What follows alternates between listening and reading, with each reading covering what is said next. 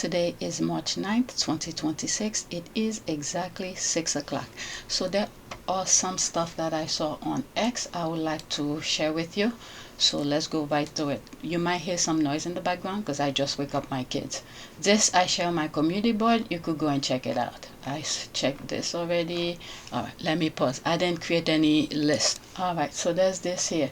Breaking: French President Emmanuel Macron has spoken with his Iranian counterpart requesting to stop strikes against Gulf states and reopen the Strait of Hormuz. But where was the voice of France when Israel was bombing Palestine? Where was it? Alright, let's listen. Is it in French? Probably. Some more breaking news for you regarding the situation in the Middle East. France's President Macron has spoken with Iranian President Pezeshkian. This news coming to us the last few moments. President Macron apparently underlining the necessity for Iran to stop strikes against other countries in the region, and also insisting that Iran must end the closure of the Strait of Hormuz, which we know is already having an impact on global oil and gas prices. So the breaking news, President Macron has spoken with the Iranian president, requesting that Iran stop strikes against other Gulf countries and also ends the closure of the Strait of Hormuz. Across that for you. Okay. From my understanding, what Iran is doing, depend on your position on that. Okay, nobody wants war. Wherever American base is operating in the Middle East, this is where they're striking, because they didn't strike America or Israel first. America strike them first. So to prevent from them getting hit by America, so they're destroying their home base, pretty much. I live in America. Do I want any of this happening? No. America should not have started at all. Many our men and women coming back in a body bag. Alright, let's see what's this here. Oh God, is this true now? Okay, I don't even want to listen. Let me go to the next one. Alright, so there's this here. Different topics. There's a lot of things going on Twitter. So, what are these things? Alright, so let's listen. I think I listened to part of this. Okay. Black people have a very unique relationship with America that no other group can have. From slavery to Jim Crow to laws written to keep us oppressed to the harm that has been inflicted on us for centuries, you cannot compare our experience to anyone. Alright, so let's listen. Black people were not the only ones discriminated against in America. I know they'd like you to believe that they were, but they're not, right? I, as an Italian American, when Italians came over here, we were heavily discriminated against. We were shoved into ghettos. We weren't allowed to work certain jobs. We were looked down upon because of where we came from, right? The Irish, they came over as indentured servants. It didn't matter how much they worked because guess what? They weren't going to see that money anyway. So how exactly were they supposed to build generational wealth? Each and every single one of those groups was able to figure it out because we put an emphasis on things like education, family, community, making a better life for ourselves rather than just sitting there and crying about the cards that we were dealt. Been a rise and uptick in content creators from the right to disprove Black history, disprove the Black story, disprove the Black narrative, and be anti-Black. Black people have never said that we were the only people to be discriminated against. So why is that your argument? When Black people say you will never understand the Black experience and no one else in America is treated like Black people, that's true. We have a different relationship with this country because we are descendants of slaves. America is a country founded on racism. Racism is a hierarchy, literally, which puts white people here and Black people on the bottom. Over the course of centuries that America was formulating its laws, its constitution, it eliminated Black people, and specific verbiage was put into laws, as well as thousands of laws written specifically to keep Black people oppressed, specifically to remove Black people, and specifically to keep us oppressed and segregated. So no, we're not saying we're the only people oppressed, but we are the ones that have a very unique relationship with this country. The same way that Native Americans have a different experience with this country than you as a white immigrant, because they experienced the Great Dying, where over 60 million natives from Canada down to Argentina were eradicated by the arrival of Europeans. So no, not put black people's discrimination on par with Italian people's discrimination, in the same way you black people could not have the same experience of America that natives could have. You understand how that works? Because we live in a nuanced, multifaceted country that is more than one specific group. But let's look at some facts. The first slave arrived to America in 1619. Mass Italian migration started in 1824 and ended around 1930. That is over 300 years of black people being enslaved, raped, killed, beaten to death, put in breeding farms. The list goes on. While Italian Americans did experience some discrimination, while some Italian Americans were lynched in Louisiana, you guys largely and wholly got absorbed into whiteness because it benefited America to have all of the ethnic whites, as you were considered, become white. To insinuate that black people in the black community have issues that we don't fix, like education and community, we literally have a network of HBCUs, which are some of the biggest and most funded schools in America. I don't see any Italian American schools because you didn't need to, once again, because you were white. We were not allowed to attend colleges or universities with white people because our experience in America is nothing like yours. Every time we had a financial town, a financial center, an own thing, they would burn it down. When your grandfather went to war and came back and got the GI Bill, my grandfather was not allowed to get free housing, was not allowed to get education, and was not allowed to get healthcare, because guess what? Black bodies were good enough to go die in the war, but black bodies didn't receive any benefits of the GI Bill when we got back from the war, and my grandparents still bought a fucking house. So take whatever right-wing MAGA approach you're doing because you hate black people to get views. Nobody gives a fuck about your page or your account. But stop being a fucking idiot. The right-wing grift will be the death of you guys because not only is everything you're talking about nonsensical, you just look dumb. Yeah, that last part where he said will be the death of you. They don't want to try to understand a couple things. What is this? Oh my God. Every time I speak about oppression, some white guy somewhere always gotta pop off like, well, what about white people? We're oppressed too. Man, miss me with that weak ass take. You ain't oppressed cause you're white. You might be struggling, sure. You might be broke. You might be in pain, but that ain't because you're white.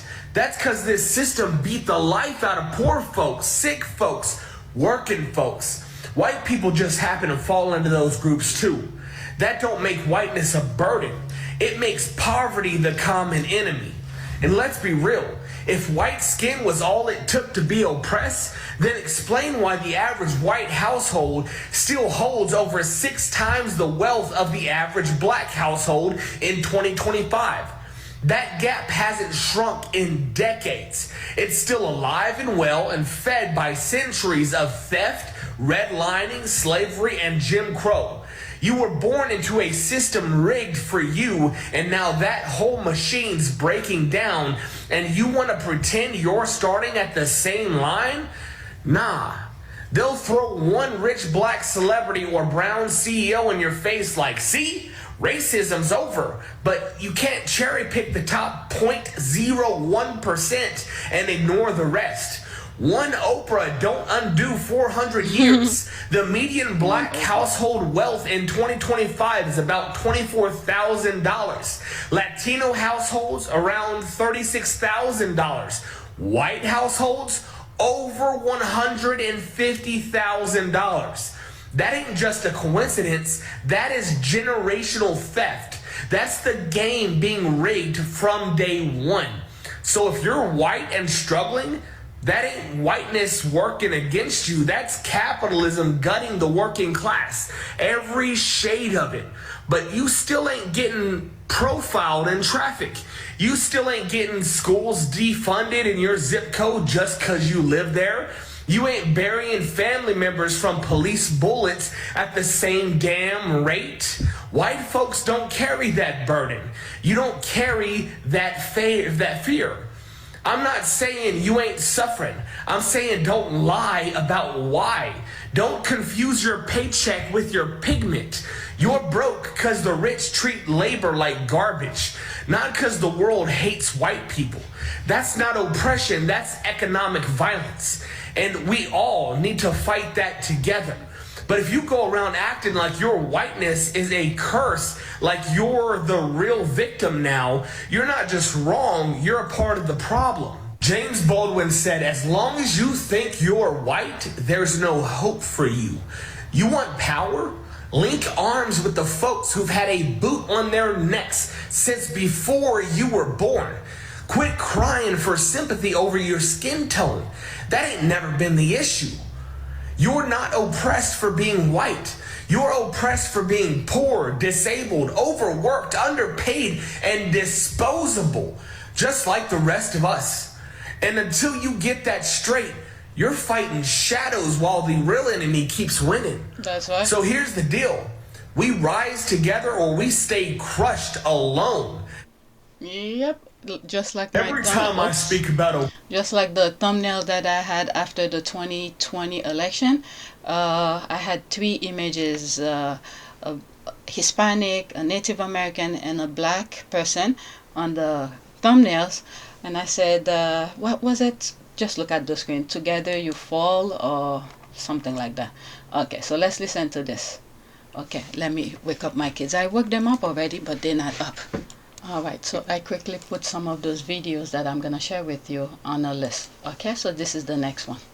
Without pay far-right influencers to spread his propaganda, the approval rating of America's pedophile furor will likely be in the low teens. Alright, so let's listen. What is the mission here? It's pretty clear. Well, it's not 100% clear to me, General. That is Fox News anchor Will Cain asking retired General Jack Keane, a favorite of Donald Trump, can you please explain what is actually happening in this war? What is happening the past few days on the conservative side of media is insanely alarming for the Trump administration, and they are currently in panic mode. Why is that? Well, a majority of Trump's most active base on social media tend to be either millennials or younger Gen Xers who are heavily involved and engaged in politics. The problem for the Trump administration is people who watch Fox News, listen to Meghan Kelly, listen to Tucker Carlson, they tend to be much older in the older Gen X or Boomer category. And this category votes at a significantly higher level than any other demographic. And he's losing them. Here's Alex Jones a couple days ago clearly showing a lot of frustrations. Very important, especially for new listeners and viewers to understand, my view is this, and I was against this war. Here's Meghan Kelly with special guest Marjorie Taylor Greene.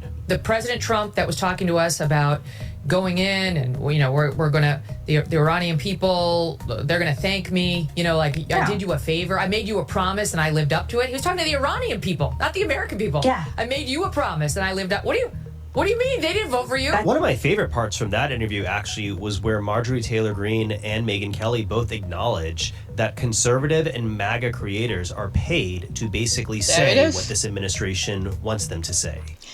I've done a couple videos early this year, late last year, how Trump is using influencers who have a lot of followers or subscribers and go on their platform to spew his BS. Okay, I have highlighted this type of topics with you guys. With Joe Rogan, I even went and Googled how many subscribers he has on whatever platform. It's in 1 million. And many of these new, I will not say new, those old people like Marjorie, she's not old, but in terms of not Gen Z, okay?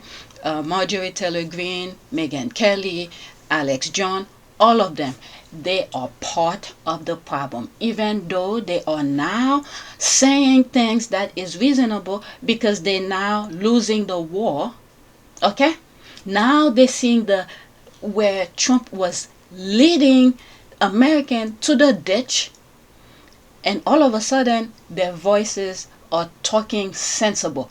They are part of the problem. To the day they die and their great grandkids are looking back, they were part of the problem.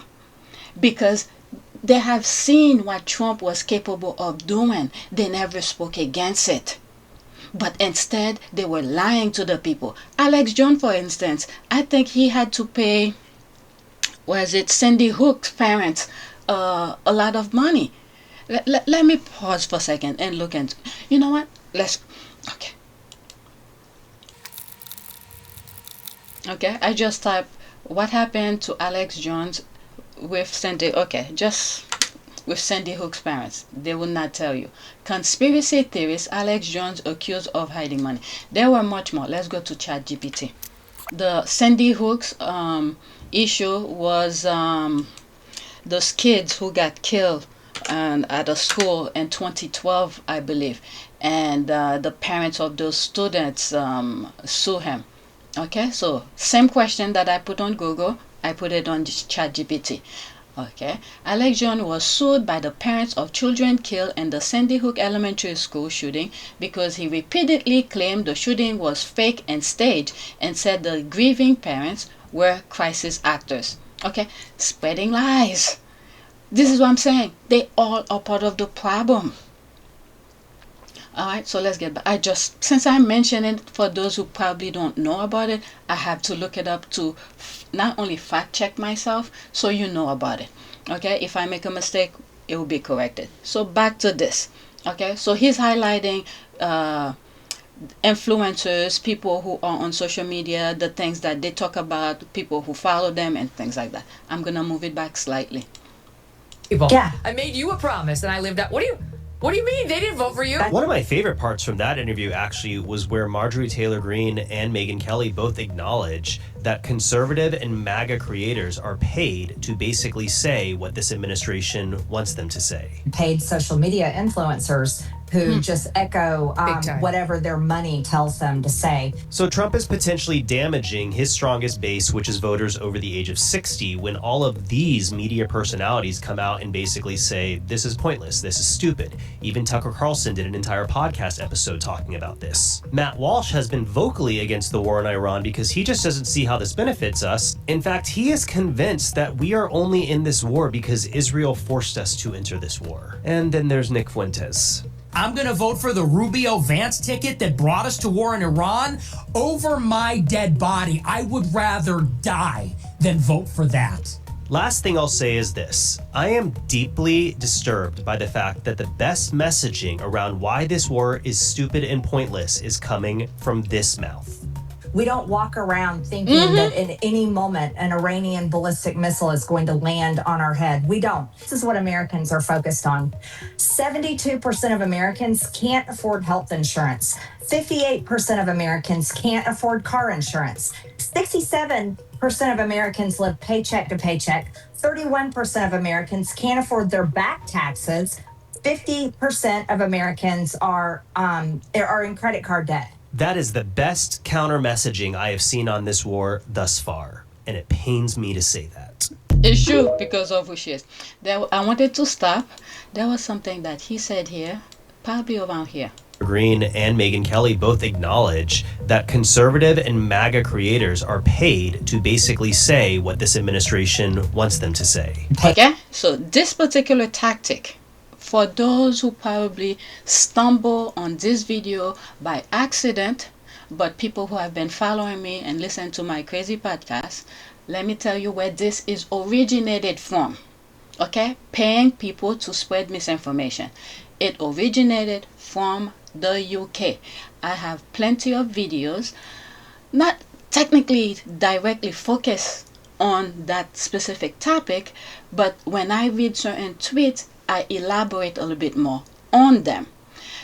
There are tweet videos that I have where I will read either articles or tweets or anything, any form of information that will explain certain things. Okay, this by paying bots to spread misinformation come from the UK. like I'll say mid 2024, leading up to 2025, okay, certain things were being done. Murdoch, I'm sure many of you know about the Murdoch family. Murdoch was having issues in the UK. They were being sued, and one of his I don't know, what would you call it, protege, worker, someone who works for him, who called, his name is Will Lewis, okay, was hiding evidence, destroy evidence for him. So this is one of his loyal worker, what will you call him, employee. So that same guy was transported from the UK to the US. At one point he was at Wall Street Journal, and I believe right now, I could be wrong, he's the CEO of Washington Post. When that happened, this wasn't making too much noise, but it was out there, where a lot of journalists were very upset because he restructured Wall Street, not Wall Street, Washington Post, where instead of providing news, real news, information to inform the people, instead he switched that into like an entertainment, like a magazine type of thing, similar to, what's that thing,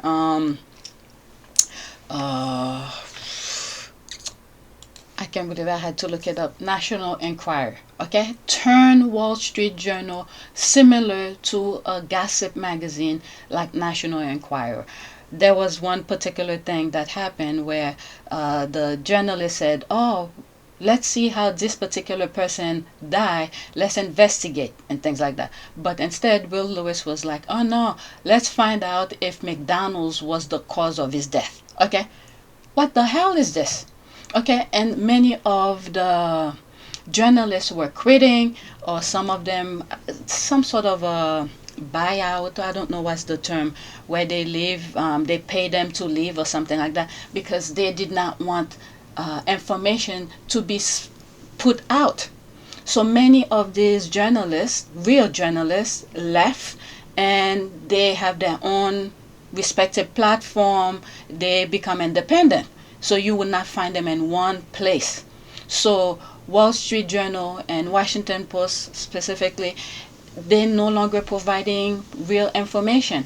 And then Trump have been telling us he doesn't want to fund NPR, those public broadcasting, to inform people. So they were trying to control what information they're putting out. So all of this were being done right in front of us.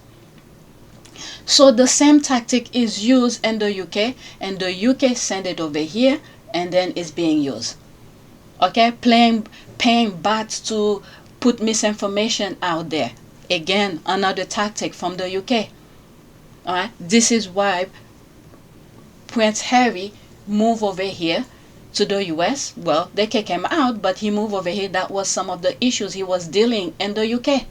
And I believe still right now, there's one lawsuit that he's doing with Murdoch in the UK. All right, so many of us were not paying attention. We got ourselves here because we were too focused on the shiny objects. Okay? So now all of a sudden, like Marjorie Taylor Greene, where I said she was part of the problem, because at that time she was helping Trump to become where he is. I believe I look it up. She voted at least 92% of the time to align with him. We all saw what Trump was all about in his first presidency. Many people warn you guys, but he says so many disrespectful. Okay, I could go on and on and on. The key thing here is America need to check itself out. What do you consider yourself to be? Because what we have in the White House pretty much reflect the country. And I post on my community board, and one of my thing here is that let me see if I could find it. Okay, I don't want this to be too long. Okay, I think it was this. That's why I didn't put that on the thing. Okay, so I shared this. I just scrolled through it on Twitter, but I didn't share it. There's this here. 92% and 78 to 80% of Black American conscious are clear and clean. The same amount want us, pretty much African American, want you, the country as a whole. The one thing to come out of this disaster, the disaster is the war that I'm making reference to, and Trump presidency, is that the world now knows it. The cost of racism. White Americans, good luck traveling outside of America, and I put, for instance, South America, Middle East, Asia, Caribbean, and Africa. Good luck. White Americans, excluding Luigi. You know who's Luigi? Go look it up. Your chosen savior is making you look exactly like him in the eyes of the world. Okay? Trump, the people who voted for Trump, this is your image. And there have been a lot of military people who voted for him as well, cheering for him and all of that. Oh my God. All right, so what else? Okay, I don't want to go to all of that. Let's go back. Let me see something. What is the mission here? It's pretty clear. Well, it's not 100% clear to me, General. That is Fox News anchor Will Cain asking retired General Jack Keane, a favorite of Donald Trump, can you please explain what is actually happening in this war? What is happening the past few days on the conservative side of media is insanely alarming for the Trump administration, and they are currently in panic mode. Why is that? Well, a majority of Trump's most active base on social media tend to be either millennials or younger Gen Xers who are heavily involved and engaged in politics. The problem for the Trump administration is people who watch Fox News, listen to Meghan Kelly, listen to Tucker Carlson, they tend to be much older in the older Gen X or boomer category. And this category votes at a significantly higher level than any other demographic. And he's losing them. Here's Alex Jones a couple days ago clearly showing a lot of frustrations. Very important, especially for new listeners and viewers to understand, my view is this, and I was against this war. Here's Meghan Kelly with special guest Marjorie Taylor Greene.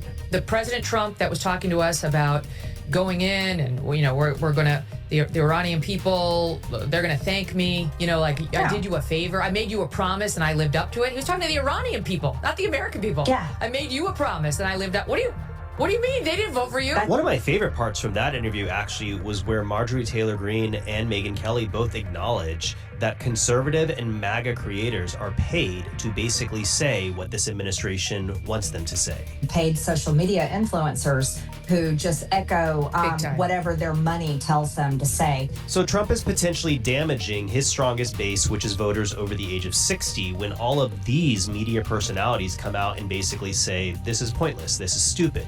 Even Tucker Carlson did an entire podcast episode talking about this. Matt Walsh has been vocally against the war in Iran because he just doesn't see how this benefits us. In fact, he is convinced that we are only in this war because Israel forced us to enter this war. And then there's Nick Fuentes.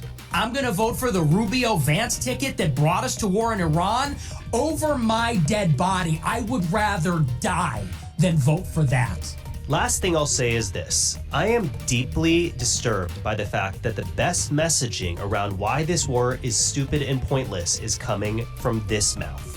We don't walk around thinking that at any moment an Iranian ballistic missile is going to land on our head. We don't. This is what Americans are focused on. 72% of Americans can't afford health insurance. 58% of Americans can't afford car insurance. 67% of Americans live paycheck to paycheck. 31% of Americans can't afford their back taxes. 50% of Americans are in credit card debt. That is the best counter messaging I have seen on this war thus far, and it pains me to say that. All right, the next thing I want to share with you is this. Rihanna protesting outside Trump Tower at the Women's March. I just saw it, I thought I'd share it with you. My choice! My body, my choice! Her body, her choice! My body, my choice! Her body, her choice! My body, my choice! Her body, her choice! My body, my first day, we will not go away! Welcome to your first day, we will not go away! Welcome to your first day, we will not go away! Okay, so I don't know when it took place, okay? Women's March. Alright, so that's that. Let's go to the next one. Let's go back. I believe this is... Come on. Is this one here. Alright. This one was posted yesterday.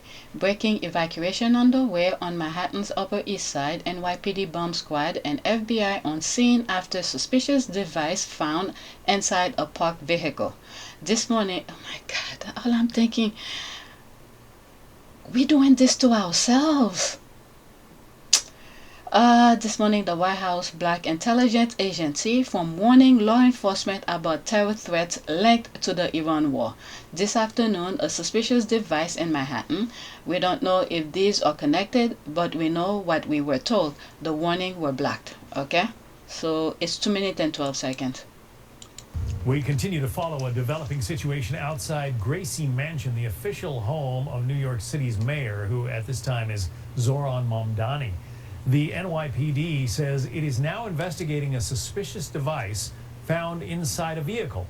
This comes after 2 men were arrested yesterday for throwing improvised explosive devices during 2 dueling protests near the mayor's mansion. Sources tell Fox News those devices were made with a dangerous material used in some very high-profile terror attacks. Fox News contributor Paul Morrow joins us once again on the phone. I suppose it is no surprise to you, Paul, that if there were a couple of devices that were thrown yesterday, that leaving a device in a car or a truck nearby might also have been part of the operation here. Yeah, no surprise there, John. It tracks the things that we've seen in the past, certain ones that I'm sure the public recalls well, like, for instance, the Boston Marathon bombing, when the Tsarnaev brothers were actually fleeing from the police. Once they'd been discovered, they had all kinds of other devices that they were actually literally throwing out the back of the truck at investigators as they were being pursued. So I don't know what the plan was of these 2 guys, but my gut tells me that almost certainly this is connected to the events that we saw yesterday. They wouldn't be undertaking the evacuations that they're undertaking now if they didn't have strong indicia of potentially live devices in the car. And it is likely down to either some follow-on event that they wanted to do, or perhaps, as I said, something that they reasoned they might have to fight their way out. And very fortuitously, the police that were there responded very quickly and grabbed them, and very fortuitously the devices didn't detonate. Yeah, we understand that there are evacuations going on right now in some of the nearby buildings. That suggests that the bomb squad thinks that whatever device they've got here could create a pretty powerful blast. Very much so. Now the good... All right, so all this, they're trying... we continue to follow a development. They don't like the fact that Mamdani won the election. All right, so this is my last one, okay? So let's go into it. Is that? Maybe not. This one is gonna be last. Okay, let me stay on my list. Okay, we did this. Let's do this one. It's 1 minute and 40 seconds. Most evil because Donald J. Trump isn't like Epstein. You doubtlessly confuse Donald J. Trump with your own camel-humping prophet who abused an 8-year-old girl just because he was a pervert. Epstein told his own lawyer that he had nothing to use against Trump, so he could not get a sentencing deal. 1 minute and 40 seconds, and there's more. There's all of this, so I'll share these with you. Oh, by the way, they're still releasing a lot of things regarding the Epstein thing. I'm the one who's not sharing them. The graphics is too much. Principals involved with Epstein have committed suicide, as you know. Were Ghislaine Maxwell, Virginia Giuffre, who was molested, and Alan Dershowitz, who was Epstein's lawyer. They are the 3 principal witnesses to what Epstein did. Okay? All 3 said that Trump wasn't involved in anything untoward. All 3. Now that's enough reasonable doubt. That will never get to court in any way, shape, or form. That gets thrown out in 10 seconds when you have 3 people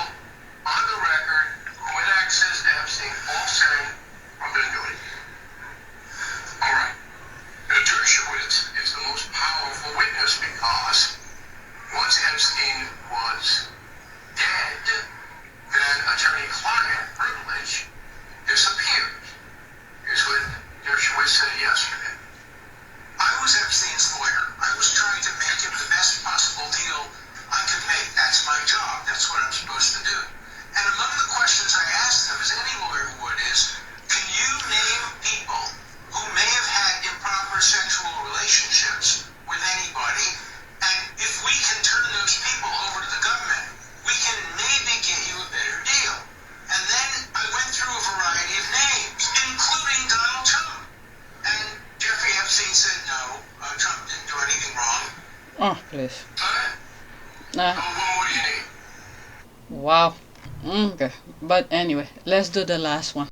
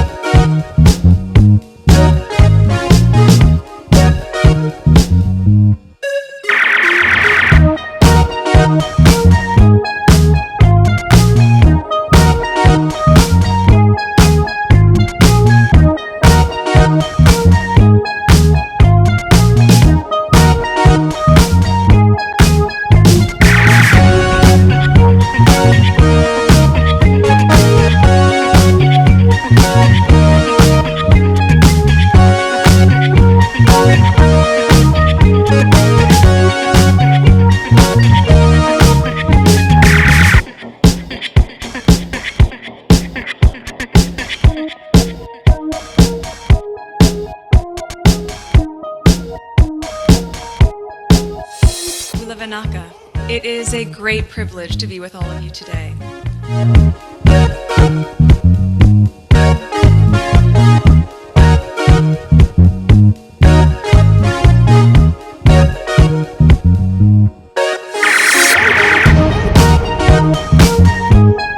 You know, we ask for forgiveness and please come back.